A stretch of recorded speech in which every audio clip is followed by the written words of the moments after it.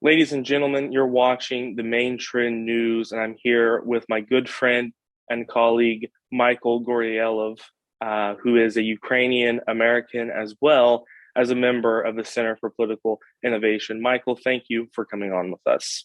Yeah, thank you, Keaton. It's a pleasure. So, you and I had spoken recently about your own family's experience in Ukraine as tensions have come to a head between Ukraine and the Russian Federation. Perhaps you could give some insight for our viewers. Sure. Well, I'm originally from Kharkov. I was born there. I have family there. I also have family around the center of Ukraine, around Kiev, the capital, and I have family in West Ukraine. So all over the place. And I'm getting a lot of different perspectives as to the progress of the war there, what's exactly happening. And I will tell you that all of these perspectives are directly at odds with what we hear in the Western media. Um, I will give you a straight example. Recently, in the State of the Union address, Biden, he said something like, "We salute those retirees, teachers, these common people in Ukraine putting up a fight against the Russians." So the retirees point really, really stuck out to me because I have a relative in West Ukraine who is 65. He is retired and he is forced to pick up a gun and fight for the Ukrainian army against the Russians. He's basically being conscripted. Is he enthusiastic about this? No. Is his family enthusiastic about this? No. Is he really, really prepared to pick up arms and basically become a target for the Russian army on behalf of the Zelensky government? No. It is a terrifying, terrible experience. And to have this painted across the Western media as voluntary, some sort of a voluntary militia picking up arms against this foreign invader is complete malarkey. And it is a complete disgrace to how many people are facing this terrible reality on the ground in Ukraine. Now, another thing I hear floating around is, oh, how is that possible? Isn't the ceiling for the age of conscription 60? Well, if you're within the country and you are over 60 and you are able-bodied, yes, you're going to have to fight. I mean, you wouldn't be denied if you're over 60 if you're going to try to flee the country. But the thing is, if you have extraneous circumstances, like you don't want to abandon your family, or you have to stay in Ukraine for any other reason, then tough luck. You're going to have to pick up an AK and go up against the Russians. And honestly, this is like giving candy to children. These people don't have professional military experience. If they're going to go up against the Russian army, they're basically going to go up against them to get killed. Now, the people who are incredibly, incredibly enthusiastic about fighting the Russian army until the last breath, to the death, etc., these people, I can tell you who they are. They are the ultra-nationalists. They're people who admire Nazi collaborators like Stepan Bandera. These people have, let us just say, unique opinions about the history of World War II. Yes, these people will be incredibly enthusiastic about fighting the Russians until finally Ukraine is turned into another Libya. Mm. And honestly, this represents a minority of the Ukrainian population.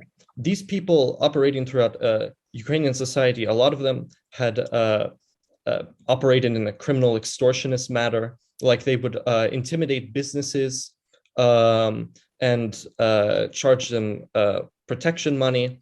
They would have these paramilitaries. They were disproportionately represented in the military of Ukraine, the most egregious example being the Azov battalion. But these people don't represent the vast majority of Ukrainians. They do represent a fanatical minority that was propped up by Washington, given tons of weapons, and basically cultivated by NATO in this mission to turn Ukraine into a military outpost against Russia.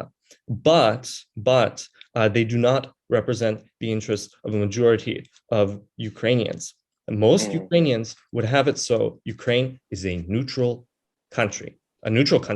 That means not a part of the military alliance of NATO. So without this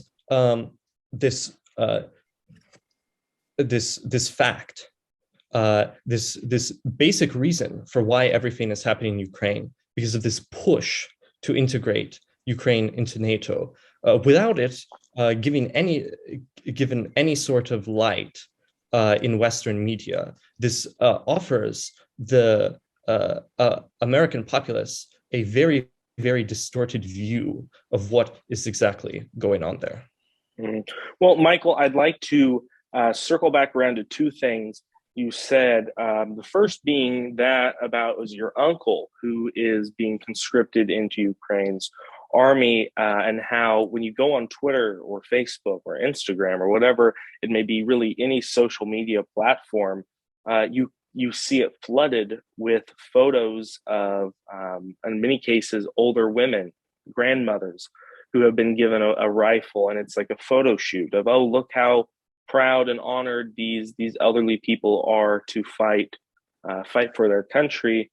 Which on the surface, yeah, sure, that looks very, I mean, it touches at the heartstring that you have someone who should be enjoying retirement having to now enter into combat. But really, when you think about it, as you said, it's just sending them to slaughter, which is horrific that these people would be faced with this. I know, and that brings me to your second point, which is just basically giving candy to a child. A lot of people like to draw comparison with World War II. That's what you've seen all over the media with this rise of Putler memes, that Putin is the new Hitler and that this is the first war in Europe since 1941.